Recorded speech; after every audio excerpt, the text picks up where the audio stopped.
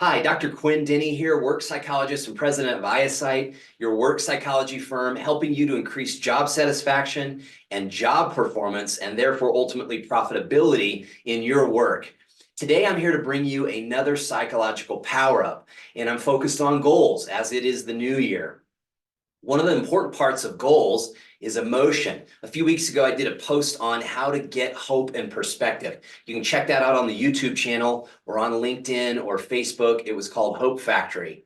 Now, today I want to talk about the emotional value to goals. And this is something we probably don't think about much when we're considering fast or smart goals or setting goals. We typically go to an end result that we're looking to produce, and that result probably has value to the organization and to ourselves, but is it motivating? And that's a key piece of setting goals and being successful, is having motivation, because it's positive emotion that's going to see us through during difficult times and challenges. One of the things I want to talk about today is how I take my goals, and to some degree, I exercise, more of a research methodology. So I go from a qualitative process to a quantitative process many times. Here's what this looks like. In research, qualitative research is more like doing structured interviews inside an organization.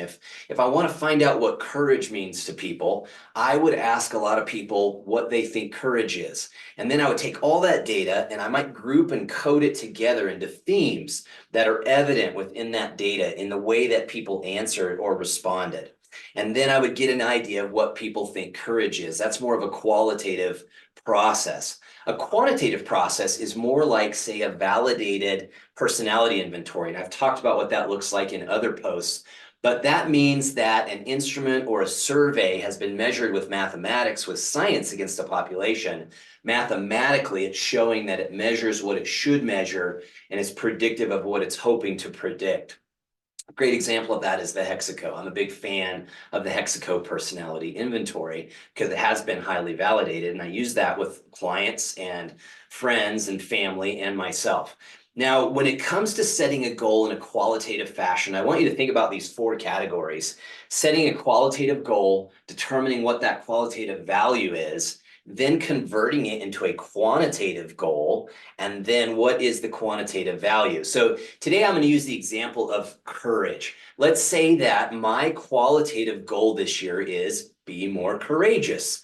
That would be that first part of the diagram there. My qualitative goal is simply a statement. This year, I want to be or feel more courageous. So that's my qualitative goal, and it involves a lot of emotion, which is really good. We want to engage positive emotion when we're setting goals. It's going to see us through and increase likelihood of success or goal acquisition. Next, my qualitative value is, how will that goal make me feel? What am I going to feel about that goal? So as a great example, if I look at qualitative value of be more courageous could be, I'll be more confident. I'll have more mindfulness. I'll have more emotional peace or rest. I'll be more centered. I won't feel so frazzled or stressed. That would be the qualitative value of my qualitative goal, be more courageous. Now, what I need to do is I need to take that out of the pie in the sky kind of thinking, and I need to figure out, how do I make that practical? That's moving to the quantitative side of setting the goal. So I need to figure out, what does it mean to behave more courageously this year? So I might say something like, let's say that I'm very shy or timid, or I don't like selling. I might say, all right, to be more courageous, I have to overcome my perceived risk and uncomfortableness with selling more. So I might set a goal and say, all right, my quantitative goal is, I've got to sell. I've got to talk to business owners. Now, I'll figure out how many business owners to make that something I can behave against. Let's say it's 50. This year, I'm going to talk or present my business to 50 business owners. That's my quantitative goal. Now, my quantitative value, is, what result does that produce specifically, measurably? I might say my goal is to talk to 50 business owners, and out of that 50, I am hoping that I get a 50% return. So I hope that I get 25 new clients, or I hope that I get X value in increased sales revenue or service revenue this year.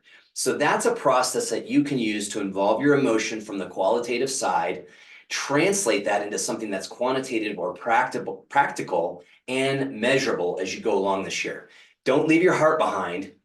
Get your emotions and your positive mentality involved in your goals. It's going to take you a lot further than you think it will, because you will engage positively. You'll be motivated to behave, to pursue the goals, which is what's going to see you into that goal acquisition. This has been another Psychological Power Up with Dr. Denny of iSight, your work psychology firm. Take care. I'm cheering you on in the acquisition of your goals this coming year. Thanks for watching.